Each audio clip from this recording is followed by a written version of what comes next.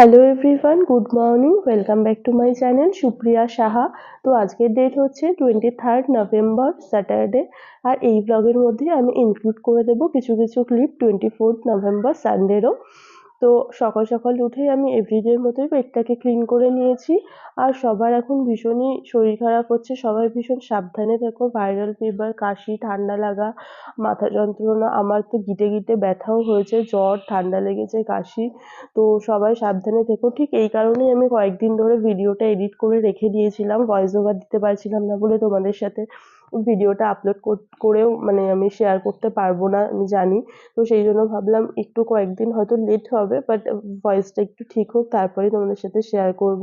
তাহলে তোমরা আমার তখন যেভাবে গলার অবস্থা ছিল, মনে হচ্ছিল গলায় ব্যাঙ ঢুকেছে, কিছু বুঝতে পারতে না। এখনো হয়তো শুনে বুঝতে পারছো কিছুটা ঠিক হয়েছে, পুরোপুরি ঠিক হয়নি। তো যেহেতু ঠান্ডা লেগেছে, বাইরে রোদে এসে বসতে বেশ ভালোই লাগছিল।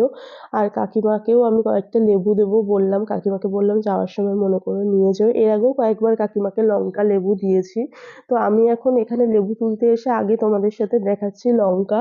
তো এই দেখো, লঙ্কা গাছে বেশ অনেকগুলো লঙ্কা ধরেছে। আগের দিন তো বলেছিলাম, তোমাদের দেখিয়েওছি, যে বললাম যে কয়েকটা লঙ্কা হয়েছে, বাট না, আজকে আমি দেখলাম যে আরো লঙ্কা হয়েছে বেশি, নিচের দিকে কয়েকটা ছিল, সেগুলোও দেখালাম।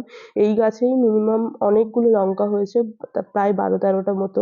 এই গাছটাতে আর লঙ্কা দেখলাম হচ্ছে না, ওই দিকের ওই গাছটাতেও হচ্ছে না, যেটা ওয়ার্ল্ডের সব থেকে স্পাইসিস চিলি, সেটা এখন আপাতত হচ্ছে না, আমাদের এখানে হচ্ছে না। বাট তাছাড়া যে লঙ্কা গাছগুলো লাগানো হয়েছিল, এই দুটো গাছে দেখছি হয়েছে।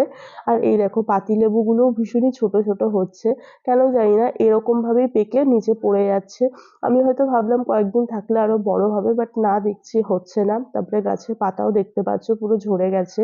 এই টাইমটা ওয়েদারটা এরকম না, এরকমই হয় আমাদেরও, ঠিক যেরকম শরীর খারাপ হচ্ছে গাছেদেরও ভীষণই অবস্থা খারাপ। যাই হোক, আবার হয়তো হবে লেবু। তো আর এইদিকে পায়রাকে আমি চাল খেতে দিয়েছি। তো পায়রাটা, আরো অনেকগুলো পায়রা ছিল, আমি সেই ক্লিপটা নিতে পারিনি, পায়রাগুলো ভয়ে উড়ে গেল। ওরা ক্যামেরা চালু করলেই ভয়ে পালিয়ে যায়। আমি অনেকটা দূর থেকে জুম করে তোমাদের দেখাচ্ছি, তোমরা দেখে বুঝতে পারবে না, মনে হবে কাছ থেকে, বাট আমি অনেক দূরে। হ্যাঁ, এইবার জুম করে আমি দেখাচ্ছি, দেখো ও চালগুলো খাচ্ছে, কিন্তু ও বারবার ক্যামেরার দিকে তাকাচ্ছে।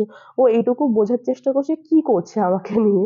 আমি এর আগেও যতবার ক্যামেরা অন করি, ওরা এরকম একবার ক্যামেরার দিকে তাকাবে, একটা করে চাল খাবে। ওরা মানে একটু ভয় তো এখন সেরকম পায় না, বাট তাও একটু আতঙ্কে তো থাকেই, যে এই যদি ওদেরকে কেউ ধরে নেয়। যাই হোক, এদিকে বেগুন গাছটাতেও তোমাদের দেখাই। বেগুন গাছে ফুল তো এসেছিল কয়েকদিন আগেই, তোমাদের সাথে শেয়ার করেছি।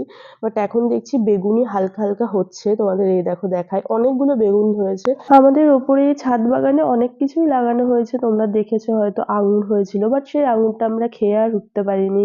তাছাড়া মানি প্ল্যান্ট, এই যে মানি প্ল্যান্টটা তো এখন এইভাবে বেশ বড় হয়েছে, এই ড্রাগনের গাছটার উপর থেকে এভাবে দিয়ে দিয়েছি। তাছাড়াও আরো অনেক গাছ লাগানো হয়েছিল, যেমন পুদিনা পাতা এখনো আছে সেটা। তাছাড়া আরো মানে অনেক গাছই কম বেশি লাগানো হয়েছে। লঙ্কার লেবু তো প্রচুর হয়েছে, আমরা প্রচুর খেয়েছি, মানে একটা সময় এরকম হয়েছে লঙ্কার লেবু না কিনলেও আমাদের চলবে। লেবু তো এখনো অনেক হচ্ছে। লেবু তো আমরা মনে হয় না লাস্ট কবে কিনেছি পাতিলেবু।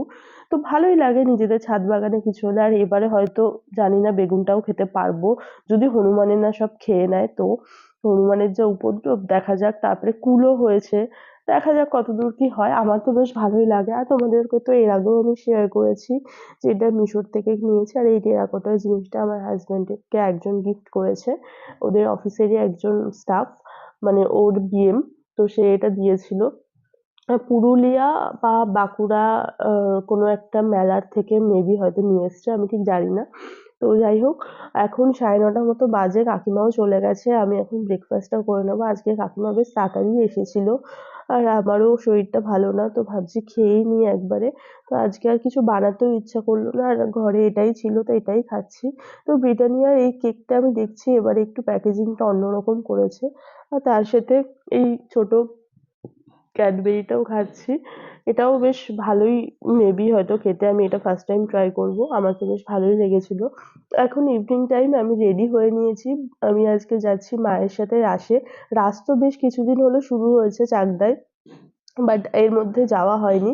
যখন আমি ছোট ছিলাম তখন মায়ের সাথে অনেক রাসে যেতাম, প্রতি বছর যেতাম। রাস কেন, যে কোনো মেলা, শিবরাত্রির মেলা। আগে যেহেতু আমাদের বাড়ি কেবিএম এর ওই সাইডটাতে ছিল, তো তখন আমরা অনেক যেতাম রাসে। আর আমার স্কুলও ছিল পূর্বাচল গার্লস, তো আমি ওখানেই পড়তাম। তো তখনও কম বেশি ওইদিকে যাওয়া হতো। বাট এখন রাশে হচ্ছে এইবার যাব হচ্ছে মায়ের সাথে। এর আগের বছর যাওয়া হয়নি, তার আগের বছর যাওয়া হয়নি, 2-3 বছর পরেই যাব। তো এই বাড়িতে এসে আমি তোমাদেরকে দেখাই আগে আমার আউটফিটটা। তো এই শার্টটা তো আমি নিয়েছি মিশো থেকে, এটার লিঙ্ক আমি তোমাদের সাথে আগেও শেয়ার করেছি, যদি আবার লাগে আমাকে বলো কমেন্টে, তো আমি ডিসক্রিপশনে শেয়ার করে দেবো। আর এই পেছনে যে পেন্টিংটা দেখতে পাচ্ছ লোকনাথ বাবার, এটাও হচ্ছে রিসেন্টলি করা, আমাদের তো এই বাড়িটাই পুরো রিসেন্টলি হয়েছে, তোমাদের সাথে সমস্ত কিছু আমি শেয়ার করেছি। আর মাও রেডি হয়ে নিয়েছে, তো মায়ের হচ্ছে এটা লুক, আর আমাদের দুজনের কিছুটা কালার কম্বিনেশন সেম সেমই হয়ে গেছে। তো মাকে আমি বললাম তুমি একটা চাদর হাতে করে নিয়েই চলো, যদি গরম লাগে তাহলে গায়ে দেবে, না যদি ঠান্ডা লাগে তখন দিয়ে নিও। আর ঢুকতেই এখানে বেশ পুতুলগুলো দেখছিলাম, ভালো লাগলো। আর ঢুকেই সবার ফার্স্ট এখানে একটা ছোট্ট রাখাল বালক এরকম একটা কিছু দেখলাম, ভেতরটা তো মনে হচ্ছে ভীষণই ভিড় ঢুকতেই। এটা, হ্যাঁ ভীষণই ভিড়, এই দেখো আমি তোমাদের দেখাই। তো আজকে মনে হচ্ছে শেষ রাস, না হলে এতটা তো ভিড় হয় না গ্যাদারিং, কারণ এর আগেও আমি অনেকবার রাসে এসেছি, বললাম যেরকমটা তোমাদের। তো তখন এতটাও ভিড় ছিল না, বাট এবারে মনে হচ্ছে বেশ ভিড়, বা হয়তো আজকে শেষ রাস সেই জন্য ভিড়, নাকি কীর্তন হচ্ছে সেই জন্য, জানি না। উপরে এই দেখো ব্রহ্মা, বিষ্ণু, মহেশ্বর এরকম অনেক কিছু আছে। আর এখানে নিচে তো আমি তোমাদের দেখালাম ওই যে ঢুকতেই একদম এই জায়গাটাতে, এটা ওইখানটায় ওই যে কীর্তন হচ্ছে, আমি দূর থেকে কতটা বুঝতে পারছো জানি না, ওই যে ওই সাইডটা হচ্ছে, দাঁড়াও আমি ওই দিকটা যখন দেখাবো ভালো করে দেখাবো তোমাদের। আর মা আমাকে বলছিল যে এসছি যখন একটু আমি কীর্তনও শুনে যাব। আমি মাকে বললাম যে দেখো আগে দাঁড়ানোর জায়গা পাও নাকি, যা ভিড়। তারপরে এখানে এই দেখো প্রভু চৈতন্য দেবের মুখ, এখানে ওপরে সিনারি টাইপের করেছে, আর নিচে প্রত্যেকটা বা কি বলবো মূর্তি টাইপের, বা ওই ঠাকুর তৈরি করে যেরকম রেখে দেয় সেরকম। এটা হচ্ছে শ্রীকৃষ্ণের কারাগারের ওই ওই জিনিসটাকে তুলে ধরেছে, মানে টোটাল এখানে সমস্ত থিমটাই শ্রীকৃষ্ণের ওপরেই করা হয়েছে। তোমরা দেখে বুঝতেই পারছো, এখানে লেখাও আছে বাংলাতে, তোমরা এখানে পড়ে নিতে পারো। এটা হচ্ছে যমুনা নদী পাড়ের ওই ঘটনাটা এখানটা মানে বোঝাতে চেয়েছে। অ্যান্ড এই সাইডে হচ্ছে শ্রীকৃষ্ণের বাল্যকালটা বোঝাতে চেয়েছে, মানে গোপালের সেটা বোঝাতে চেয়েছে। এই যে এটা শ্রীকৃষ্ণের সেই ননি খাওয়ার এইসব মোমেন্ট মায়ের সাথে, যশোদার সাথে, এইরকমই ছোট ছোট থিম করে করেছে। আমার তো ভীষণই ভালো লেগেছে। একটা 10 মিনিটের ব্লগে তো সমস্তটা বলা সম্ভব না।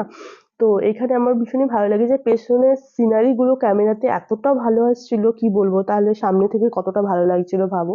আর এখানে এই যে সিনারিটা আর্ট যে করেছে তার নামটাও দেওয়া আছে, তোমরা এখান থেকে দেখে নিতে পারো। যদি তোমাদের কোনো রিকোয়ারমেন্ট থাকে এই নাম্বারে যোগাযোগ করে নিতে পারো। আর এইখানে ডেকোরেশনটাও দেখতে পাচ্ছ ভীষণই ভালো করেছে, এই দেখো কীর্তন হচ্ছে ওপরটা পুরো ফুল দিয়ে, ভীষণই সুন্দর। আর এটা হচ্ছে মেন যে রাধাকৃষ্ণের মূর্তিটা যেখানে পুজো হয়, এটা এরকমই থাকে প্রতি, আমি যখনই আসি এখানে কম বেশি প্রণাম করি দেখি।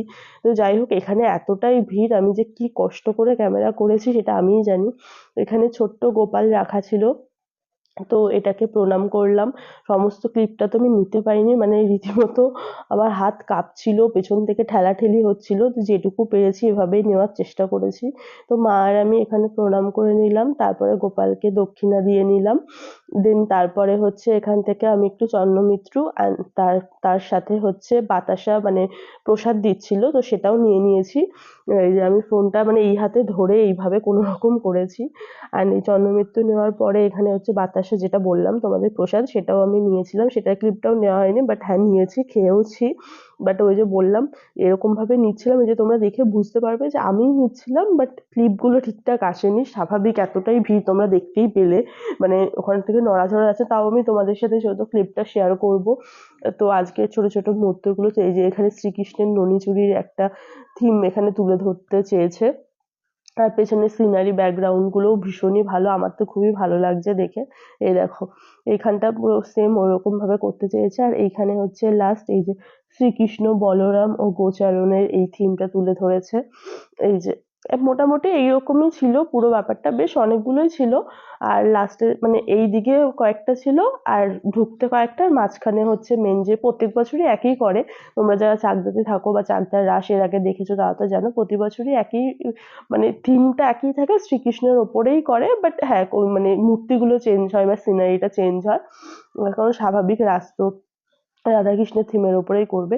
আর আমি দেখছিলাম হচ্ছে এখানে এত লোক, আমি এটাই বোঝার চেষ্টা করছিলাম যে আজকেই কেন এত লোক? আমি তো জানতাম না যে আজকেই শেষ রাস নাকি, বাট আমি শুনছিলাম অনেকে ওখানে আলোচনা করছিল যে আজকেই হয়তো শেষ রাস, কালকে হয়তো খিচুড়ি খাওয়া হবে বা এরকম কিছু।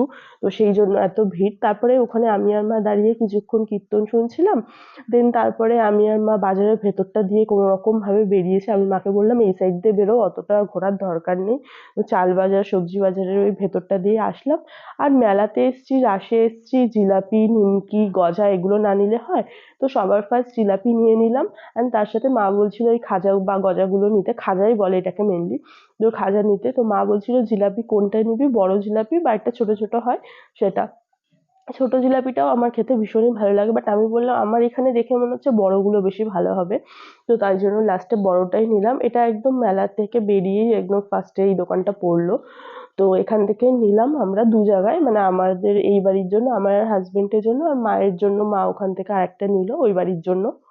তো এই দোকান থেকে তো জিলাপি নেওয়া হয়ে গেছে, বাট মা বললো আমাকে নিমকি নিতে। আমি বললাম না, আমার এইসব মেলার নিমকির থেকে 50 নম্বর রেলগেটের ওখানে যে নিমকিটা আমি কিনি, আমার মনে হয় ওই নিমকিটা বেশি একটু ভালো লাগে আমার মুখে খেতে।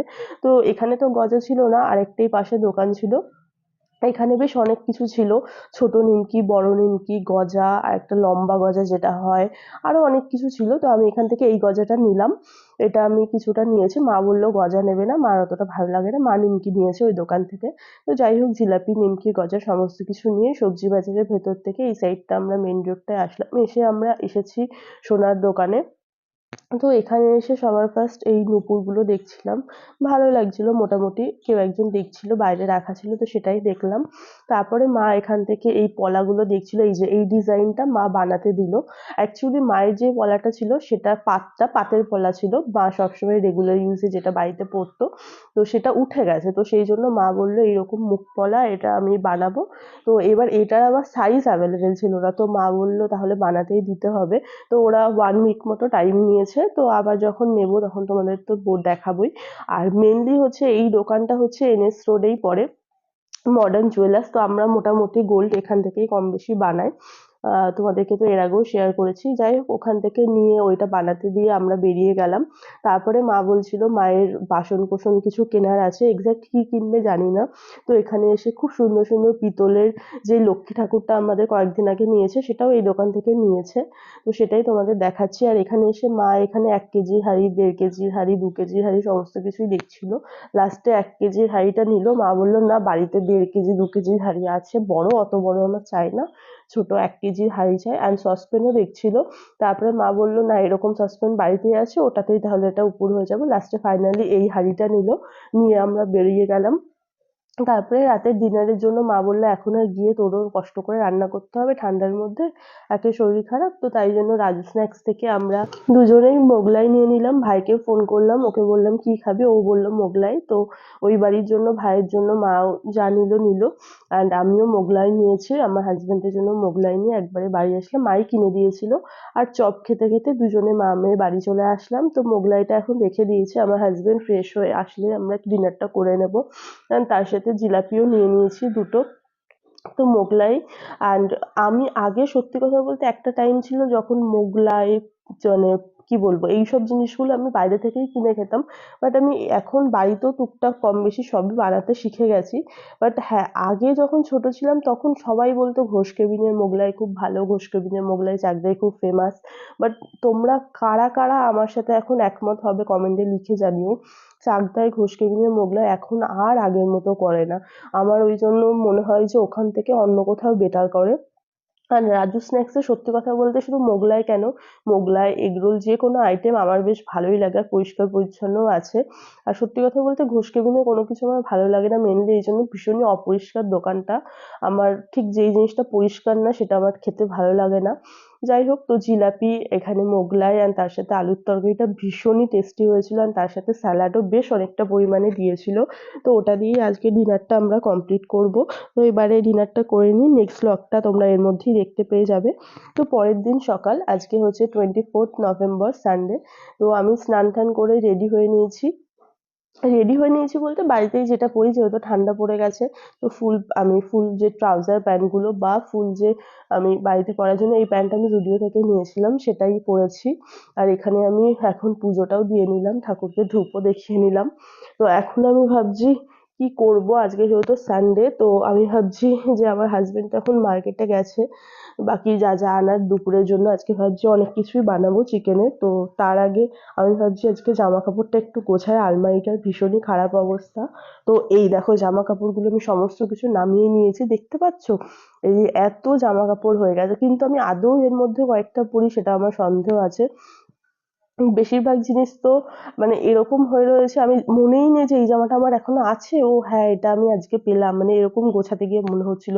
তোমরা কারা কারা আমার মতো বেশ কিছুদিন বাদে বাদে জামা কাপড় গোছাও, যে খুঁজে পাবো বলে, হাতের সামনে পাবো বলে, কিন্তু কিছুদিন পরে আবার সব এলোমেলো কিভাবে হয়ে যায় যে আমি নিজেই কিছু কোথায় রেখেছি আর খুঁজে পাই না। আমি মিনিমাম 1 মান্থ অন্তর অন্তরই আমি আলমারি গোছাই, তোমরা তো আমার ব্লগে দেখতেই পাও। বাট আবার সেই যেই পড়ি কিছুদিন বাদে আবার সেটা আর খুঁজে পাই না, সেই একই জিনিসই মানে হাতের সামনে আসে, আবার তারপরে গোছায় আবার একই হয়ে যায়। যাই হোক, এখন এই ওপরের দিকটা এথনিক ওয়্যারটা রেখেছি, আর বাকি এইখানে সমস্ত ওয়েস্টার্ন ওয়্যারগুলো, ডেলি ওয়্যারগুলো রেখেছি, আর নিচে এদিকে শাড়িগুলো রেখেছি, আর এখানে উইন্টার ওয়্যারটা রেখেছি, আর একটা ন্যাপথলিনও রেখে দিয়েছি। তাহলে হচ্ছে একটা সুন্দর গন্ধ থাকে। তো আমার তো ন্যাপথলিনের গন্ধ বেশ ভাল লাগে, তোমাদের কার কার ভালো লাগে আমাকে জানিও কমেন্টে। আর এইটা হচ্ছে আমার বিয়ের সেই বেনারসি শাড়িটা। আর এখানে কয়েকটা ব্যাগও রেখে দিয়েছি, ফাঁকা ছিল, যদিও আরো অনেক ব্যাগ আছে সেগুলো আলাদাই রেখেছি, বাট এখানে এই 4টে ব্যাগ দেখলাম এটা গেল তো রেখে দিলাম, কম বেশি ইউজও করতে পারবো। তো যাই হোক, এই হচ্ছে এখন গোছানো হয়ে গেছে, এখন কিচেনে যাই। তো আজকে ইভিনিং টাইমে আমার হাজবেন্ড বলেই দিয়েছিল যে চিকেন তন্দুরিও খাবেই খাবে এয়ার ফ্রায়ারে। তো বড় বড় লেগ পিস নিয়ে এসেছিল, তো সেটা দিয়ে আজকে চিকেন তন্দুরি বানিয়ে নিয়েছি। আর এটাও আমি মিশোর থেকে অর্ডার দিয়ে কিনেছি, দেখতেই পাচ্ছ তোমরা। এয়ার ফ্রায়ারের জন্য এটা মাস্ট, না হলে এয়ার ফ্রায়ার ভীষণই নোংরা হয়ে যায়। তো যাই হোক, এটা আমি নিয়ে নিয়েছি। এটা মানে ডবল তোমরা পেয়ে যাবে, ট্রিপল পেয়ে যাবে, অন্যান্য কালার অ্যাভেলেবেল পেয়ে যাবে। বাট আমার মনে হয় এগুলো একটা কিনে নেওয়া ভীষণই দরকার, যারা তোমরা এয়ার ফ্রায়ার ইউজ করছো বা রিসেন্টলি কিনেছো। তো এটাতে ভীষণই মানে সেফ থাকে, আর সব থেকে মেন কথা নোংরা কম হয়। যাই হোক, আমি এখানে চিকেন তন্দুরি দুটো নিয়ে নিয়েছি, তার সাথে একটু টমেটো কেচাপ নিয়েছি। মেয়োনিজ নিলেও ভালো লাগতো, বাট মেয়োনিজ ছিল না, যেটা থাকে আমি সেটা দিয়েই চালিয়ে দিই। আর তাছাড়া হচ্ছে যেহেতু রাত্রে ডিনারের জন্য চিকেন কাটলেট, ফ্রাইড রাইস, গন্ধরাজ চিকেন বানাবো, তো তাই জন্য এখানে আমি চিকেন কাটলেটের সমস্তটা রেডি করে এখানে রেখে দিলাম ফ্রিজে। 2-2.5 ঘন্টা এরকম থাক, ডিনারের সময় বার করে তারপরে ডিপ ফ্রাই করে নেব। তো আমরা এখন ডিনার নিয়ে বসে গেছি, এবারে ডিনারটা করে নিই। আজকের ব্লগে আলাদাভাবে কিছু দেখানোর নেই, আজকের ব্লগটাকে এখানেই এন্ড করছি। যদি আজকের ব্লগের কিছু ভালো লেগে থাকে তো কি করতে হবে তোমরা জানো। Please to like, comment, share and subscribe my YouTube channel Supriya Saha. দেখা হবে খুব শিগগিরই নেক্সট ব্লগে। নেক্সট ব্লগ খুব তাড়াতাড়ি আসছে। Till then stay happy, stay kind, stay খুব খুব খুব পজিটিভ। বাই।